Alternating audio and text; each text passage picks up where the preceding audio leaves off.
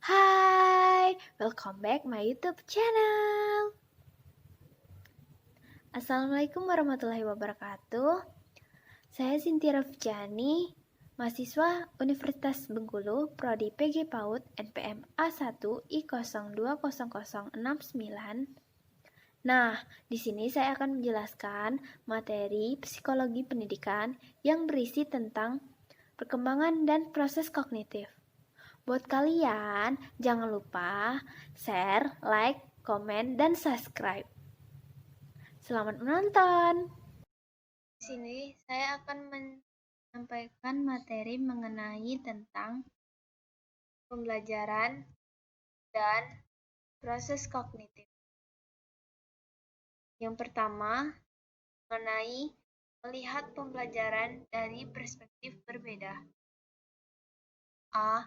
Behaviorisme merupakan perspektif teoritis yang menggambarkan dan menjelaskan pembelajaran dan perilaku-perilaku dalam kerangka hubungan stimulus-respons. B. Psikologi kognitif, yaitu perspektif teoritis yang memfokuskan pada proses-proses mental yang mendasari pembelajaran dan perilaku. C. Teori kognitif sosial merupakan perspektif teoritis yang memfokuskan pada bagaimana orang belajar dengan mengamati orang lain dan bagaimana mereka akhirnya memperoleh kendali atas perilaku mereka sendiri. D. Proses kognitif adalah suatu cara merespon memikirkan secara mental informasi atau suatu peristiwa. Nah, di sini terdapat stimulus. Stimulus merupakan objek atau peristiwa spesifik yang mempengaruhi proses belajar atau perilaku seseorang. Dan yang kedua, terdapat pula di sini respons. Respons merupakan perilaku spesifik yang ditunjukkan individu. Materi kedua mengenai asumsi-asumsi dasar psikologi kognitif. A. Pengaruh proses-proses kognitif. Implikasi terhadap pendidikannya yaitu mendorong siswa untuk berpikir tentang materi pembelajaran dengan cara yang akan membantu mereka mengingatnya. Contohnya, ketika mengenalkan konsep amalia, meminta siswa untuk memberikan banyak contoh. B. Selektivitas apa yang dipelajari. Implikasi terhadap pendidikannya yaitu bantu siswa mengidentifikasi hal-hal yang paling penting bagi mereka untuk dipelajari. Contohnya, berikan pertanyaan kepada siswa yang harus mereka coba jawab sementara. Mereka membaca buku teks mereka. Masukkan pertanyaan yang meminta mereka menerapkan apa yang mereka baca dalam kehidupan mereka sendiri. C. Konstruksi makna. Implikasi terhadap pendidikannya yaitu berikan pengalaman yang akan membantu siswa memahami topik-topik yang mereka pelajari. Contohnya ketika mempelajari The Scarlet Letter karya Nathaniel Hawthorne. Bagilah siswa untuk membentuk kelompok-kelompok kecil untuk membahas kemungkinan alasan pendeta Arthur Dimmesdale menolak mengakui bahwa ia adalah ayah bayi Hester Prynne. D. Peran pengetahuan dan keyakinan awal. Implikasi terhadap pendidikannya, yaitu kaitkan ide-ide baru dengan hal-hal yang diketahui dan diyakini siswa tentang dunia. Contohnya, ketika mengenalkan kosakata debut kepada siswa-siswa Meksiko Amerika, kaitkan quinceañera, sebuah pesta, memperkenalkan kepada masyarakat atau coming out party yang dilakukan banyak keluarga Meksiko Amerika untuk anak-anak perempuan mereka yang menginjak usia 15 tahun. Meningkatkan kapasitas proses-proses kognitif yang canggih seiring bertambahnya usia. Aplikasi terhadap pendidikannya, yaitu pertimbangkan kelebihan dan keterbatasan dalam kemampuan pemrosesan kognitif siswa pada tingkat usia berbeda. Contohnya, ketika mengajarkan anak-anak TK keterampilan hitung dasar, bantulah rentang perhatian mereka yang pendek dan memberikan penjelasan verbal yang singkat dan libatkan anak-anak dalam beragam aktivitasnya berhitung aktif secara langsung. F. Keterlibatan aktif dalam pembelajaran. Implikasi terhadap pendidikannya, yaitu rencana kegiatan-kegiatan kelas yang membuat siswa secara aktif berpikir dan menggunakan mata pelajaran di kelas. Contohnya, untuk membantu siswa memahami garis lintang dan garis bujur. Nah, mereka diminta untuk menelusuri jalur sebuah angin topan dengan menggunakan koordinat garis lintang dan garis bujur yang diperoleh dari internet. Materi ketiga mengenai istilah-istilah kunci dalam psikologi kognitif. A. Storage, penyimpanan, yaitu proses menempatkan informasi baru ke dalam memori. Sebagai contoh,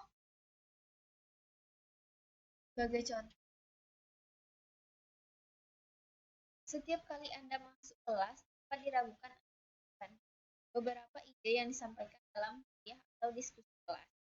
Anda juga menyimpan informasi lainnya di kelas, mungkin nama orang yang duduk di samping Anda, ukuran kelas, atau pola kemeja dosen mengerikan garis-garis horizontal berwarna jingga dan ungu.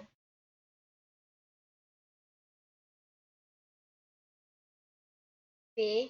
Pengkodean, yaitu menyimpan informasi persis seperti yang mereka terima dengan memodifikasi informasi dengan suatu cara.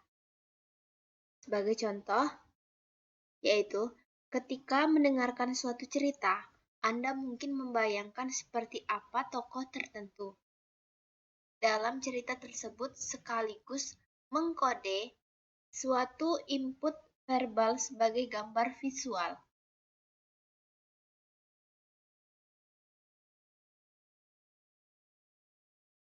C. Retrieval, pemanggilan, yaitu proses menemukan informasi yang sebelumnya disimpan dalam memori. Sebagai contohnya, yaitu mungkin perlu beberapa detik lagi bagi Anda untuk mengingatkan ibu kota Prancis atau Paris dan tahun perjalanan pertama Columbus 1492.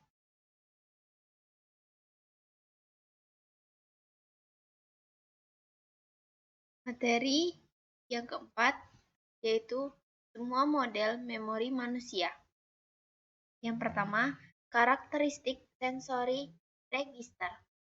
Sensori register merupakan komponen memori yang menyimpan informasi yang datang dalam bentuk yang tidak teranalisa selama waktu yang sangat singkat, paling lama 2-3 detik, bergantung pada modalitasnya.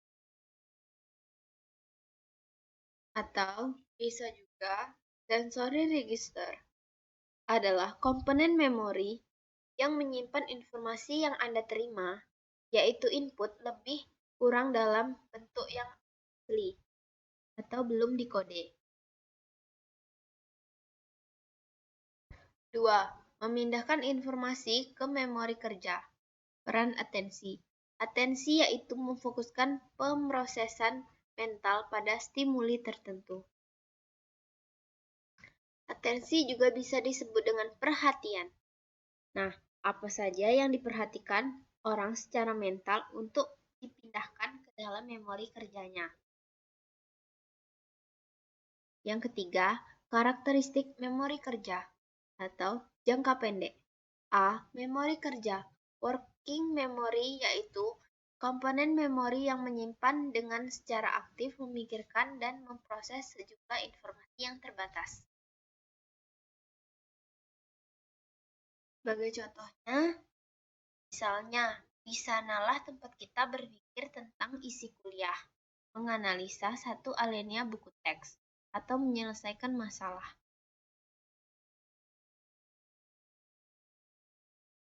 Pada dasarnya, Memori kerja merupakan komponen yang melakukan sebagian besar kerja mental dalam sistem memori karena diberi nama memori kerja.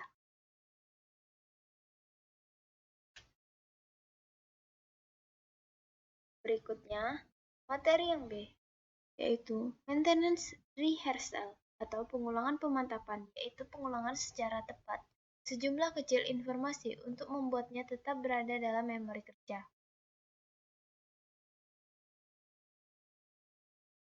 Misalnya, informasi yang disimpan dalam memori kerja tidak akan bertahan lama.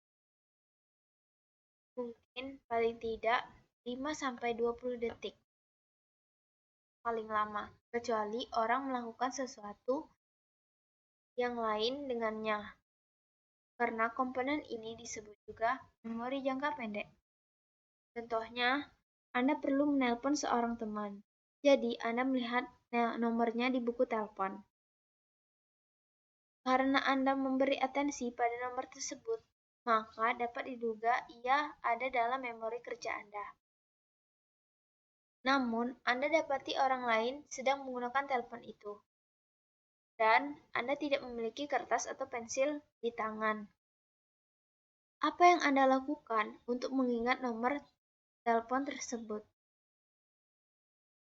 Nah, Anda mungkin dapatnya hanya mengucapkan nomor tersebut sampai berulang kali. Nah, proses ini disebut juga dengan pengulangan pemantapan. Keempat, memindahkan informasi ke memori jangka panjang, yaitu mengaitkan informasi baru dengan pengetahuan awal. Memori kerja adalah masalah dasar dalam sistem manusia karena kapasitasnya sangat terbatas. Sebaliknya, memori jangka panjang mungkin memiliki ruang sebanyak yang pernah kita butuhkan. Berikutnya, yang kelima, karakteristik memori jangka panjang. Long-term memory atau memori jangka panjang, yaitu komponen memori yang menyimpan pengetahuan dari keterampilan untuk waktu yang lama. Memori jangka panjang adalah tempat di mana pembelajar menyimpan pengetahuan dan keyakinan umum mereka tentang dunia, hal-hal yang telah mereka pelajari di sekolah, dan ingatan mereka tentang berbagai peristiwa dalam kehidupan pribadi mereka masing-masing.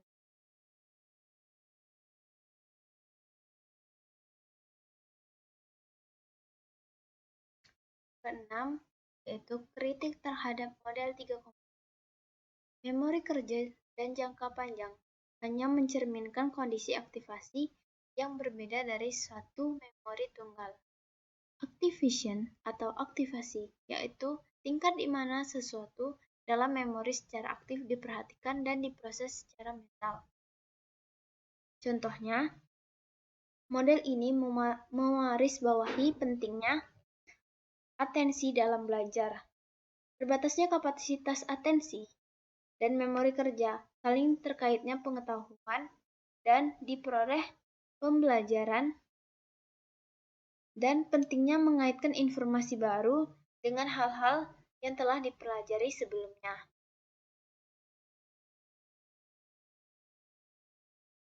Materi yang kelima, yaitu penyimpanan memori jangka panjang.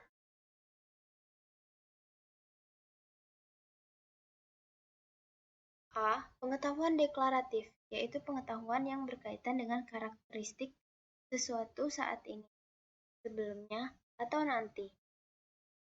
Nah, pengetahuan deklaratif berisikan tentang fakta-fakta yang ada. B. Pengetahuan prosedural, yaitu pengetahuan tentang bagaimana melakukan sesuatu, keterampilan, atau melakukan banyak hal. Nah, ini pengetahuan prosedural di dalamnya terdapat prosedur-prosedur. Contohnya, bagaimana kita dapat mengendarai sepeda, membungkus kado ulang tahun, dan mengalihkan angka 3 digit atau 2 digit. C. Pengetahuan eksplisit, yaitu pengetahuan yang disadari dan dapat dijelaskan secara verbal oleh seseorang. D. Pengetahuan implisit, yaitu pengetahuan yang tidak dapat diingat atau dijelaskan secara sadar, namun mempengaruhi pikiran dan perilaku orang tersebut.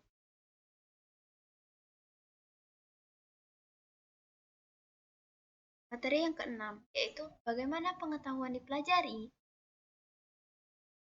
Yang pertama, A.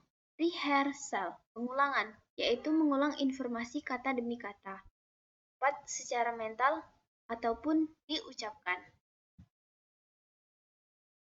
Sebagai contohnya, mengulang definisi inertia kata demi kata.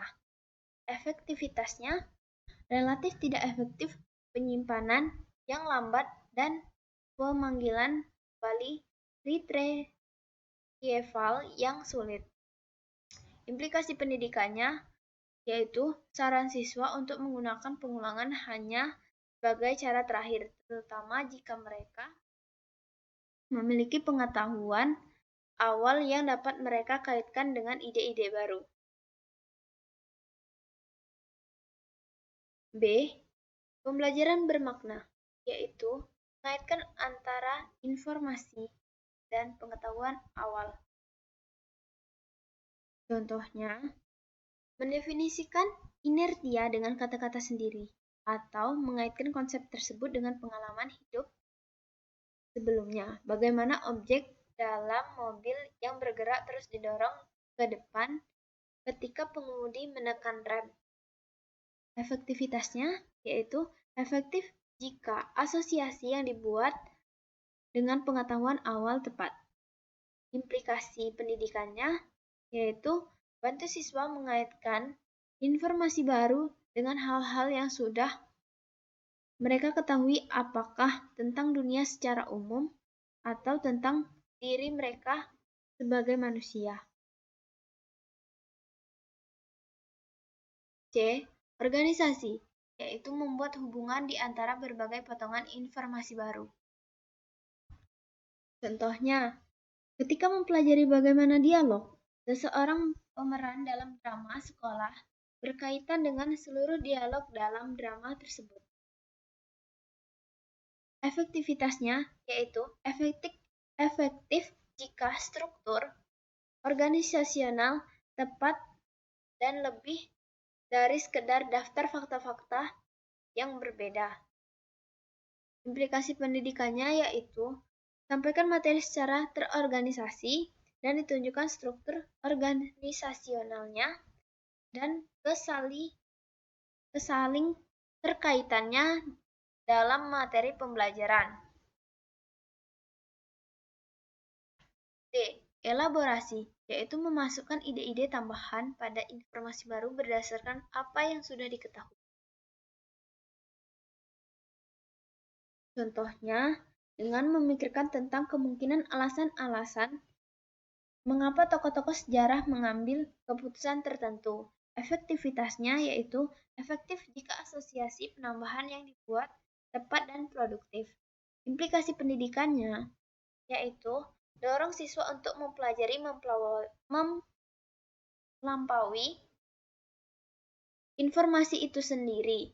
Contohnya menarik kesimpulan dan memperkirakan kemungkinan implikasinya. E.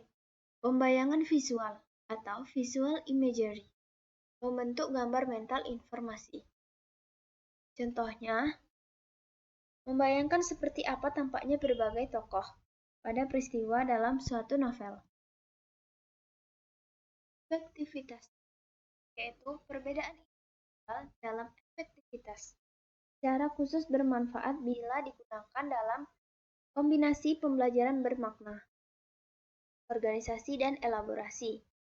Contohnya, ilustrasikan pengajaran verbal dengan materi visual, gambar peta, atau diagram.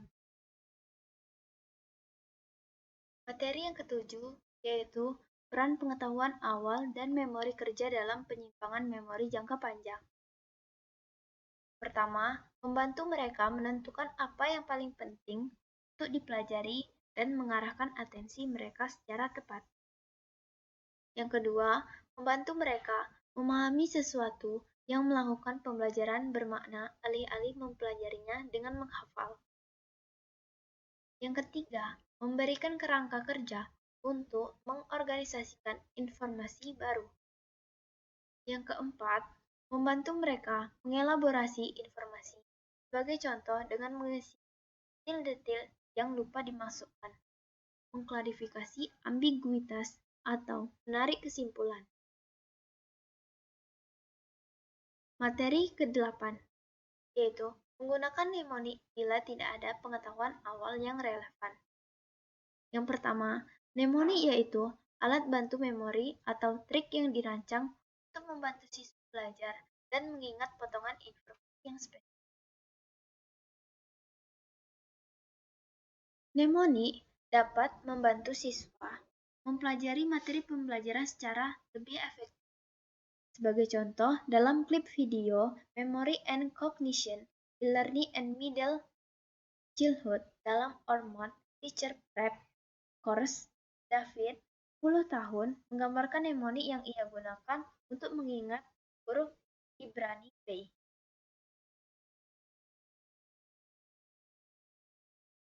Yang kedua, teater verbal, yaitu kata atau frasa yang membentuk logis atau jembatan antara dua potongan informasi. Informasi yang dipelajari, misalnya adalah bahasa Jerman untuk sarung. Mediator verbalnya, misalnya tangan adalah sepatu sus untuk tangan. Yang ketiga, ada kata kunci, yaitu mnemonic, di mana suatu asosiasi dibuat antara dua ide dengan membentuk pembayangan visual terhadap satu atau lebih objek konkret atau kata kunci yang terdengar mirip secara simbolis mewakili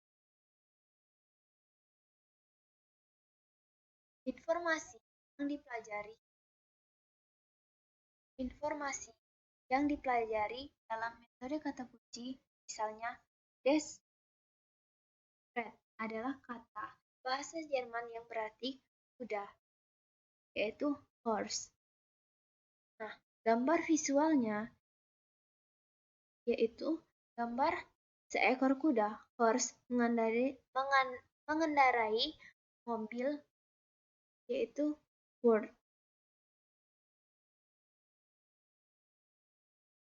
Yang keempat, pelekatan struktur bermakna, yaitu superimposed meaningful structure, yaitu bentuk kata, kalimat, puisi, atau kisah yang tidak asing yang dilekatkan pada informasi dengan tujuan memfasilitasi ingatan. Nah, informasi yang untuk dipelajari biasanya misal bentuk negara Italia. Nah, pelekatan struktur bermaknanya yaitu sepatu boot.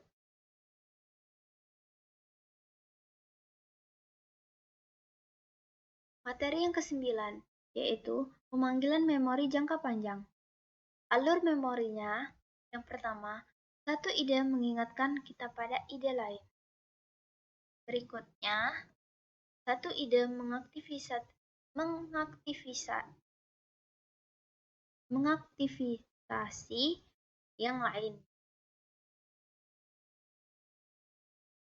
Selanjutnya, ide kedua mengingatkan kita pada ide ketiga. Dan berikutnya, seterusnya. Orang lebih mungkin mengingatkan sesuatu kelak jika dalam proses menyimpanannya, mereka mengaitkan dengan sesuatu yang lain dalam memori jangka panjang. Dan secara ideal, yang baru dan yang lama akan memiliki keterkaitan yang logis.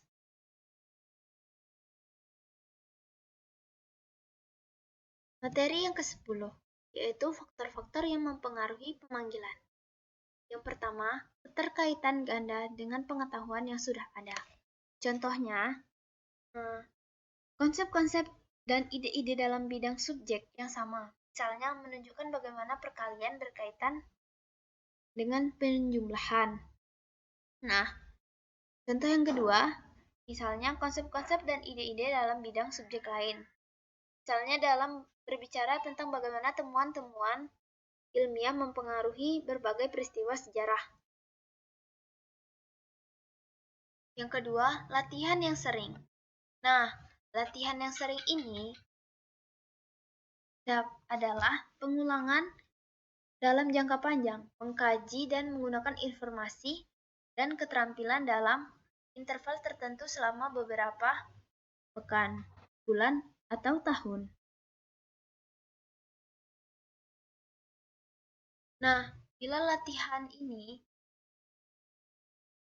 sering dikembangkan, dengan cara ini, idealnya dalam berbagai konteks orang-orang dari segala usia akan mempelajari sesuatu yang lebih baik dan mengingatnya dengan lebih lama. Yang ketiga, petunjuk pemanggilan yang relevan. Yang pertama, terdapat recognition text. Recognition text adalah tugas mengenali. Nah, tugas memori di mana seseorang harus mengidentifikasi informasi yang benar di antara pernyataan-pernyataan yang tidak benar atau informasi yang tidak relevan. Sedangkan yang B, recall text atau tugas mengingat, yaitu tugas memori di mana seseorang harus memanggil informasi dari memori jangka panjang hanya dengan petunjuk pemanggilan yang minimal.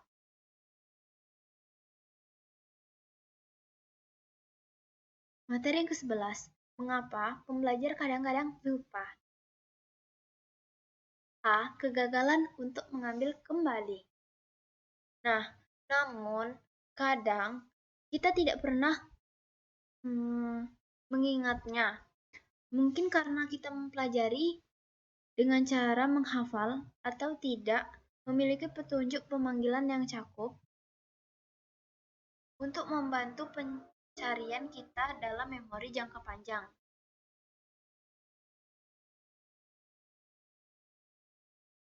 Ketidakmampuan memanggil kembali atau ketidakmampuan untuk mengingat, yaitu kegagalan untuk menemukan informasi yang ada di dalam memori jangka panjang, atau disebut dengan inability to retrieve. Berikutnya yang B, kesalahan rekonstruksi atau reconstruction error, yaitu konstruksi memori yang logis namun salah dengan menggabungkan informasi yang dipanggil dengan memori jangka panjang dengan pengetahuan dan keyakinan umum seseorang tentang dunia. Yang C, interferensi, yaitu fenomena di mana sesuatu yang disimpan dalam memori jangka panjang menghambat kemampuan seseorang untuk mengingat sesuatu yang lain dengan benar atau kegagalan dalam menggali informasi karena terhalang oleh informasi lain. Yang D, decay atau kerusakan informasi, yaitu kelemahan bertahap informasi yang disimpan dalam memori jangka panjang, terutama jika informasi tersebut jarang digunakan. Materi yang ke-12, yaitu memberi siswa waktu untuk memproses dampak penambahan waktu tunggu. What time, waktu tunggu, adalah waktu seseorang guru mengambil jeda setelah memberikan pertanyaan atau mendengar pendapat siswa sebelum mengatakan sesuatu. Misalnya sebagai contoh, guru juga lazim terjadi banyak di ruang kelas. Waktu tunggu yang terlalu singkat. Nah, ketika memberikan pertanyaan kepada para siswa, guru kerap menunggu hanya 1 detik atau kurang untuk mendapatkan jawabannya. Jika siswa tidak dapat menjawab dalam kurun waktu yang terpendek tersebut, cenderung berbicara lagi, kadang menanyakan pertanyaan tersebut kepada siswa lainnya. Atau kadang juga mengubah kalimat dalam pertanyaan, kadang bahkan menjawab pertanyaan mereka sendiri. Materi yang ke-13, yaitu keberagaman dalam proses-proses kognitif. Untuk memaksimalkan pembelajaran dan prestasi siswa, setiap siswa di kelas, kita harus mempertimbangkan perbedaan itu dan kelompok semacam itu. Sebagai contohnya, kita harus sangat hati-hati untuk menarik minat dan meminimalkan gangguan bagi para siswa yang perhatiannya sangat mudah mengembara kemana-mana. Nah, selain itu, dalam upaya mendorong pembelajaran bermakna dan proses penyimpanan yang efektif lainnya, kita harus mengaitkan mata pelajaran di kelas dengan pengalaman latar belakang yang beragam dimiliki oleh siswa tersebut. Materi yang ke-14 yaitu gambaran besar. Dari sini juga dapat disimpulkan, memori jangka panjang tampaknya memiliki kapasitas terbesar yang pernah kita butuhkan. Semakin banyak informasi yang telah kita simpan di sana, semakin mudah kita dapat mempelajari materi baru. Untuk mempelajari dan mengingat sesuatu secara efektif, kita harus memberikan perhatian yang tidak terbagi, yaitu harus secara mental terfokus pada apa yang kita pelajari, dan untuk sementara menjadikannya sebagai pusat dunia kognitif kita. Prinsip-prinsip dasar pemrosesan kognitif yang efektif berlaku jika tidak hanya untuk kita, tetapi juga mempertimbangkan tidak hanya apa yang sedang dilakukan siswa, tetapi juga apa yang sedang mereka pikirkan.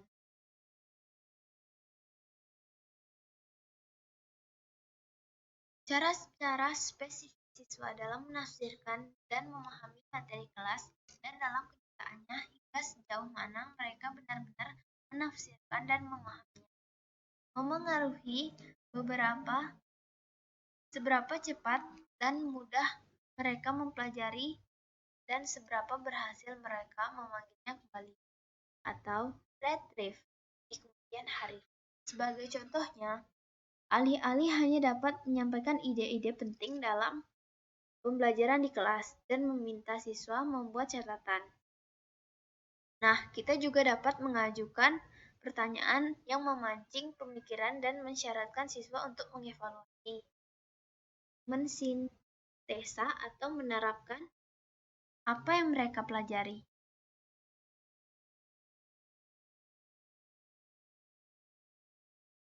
Sekian dari saya, dari materi ini, mengenai perkembangan dan proses kognitif. Mohon maaf apabila ada salah penyampaian dari saya. Saya ucapkan wassalamualaikum warahmatullahi wabarakatuh. Thank you for watching.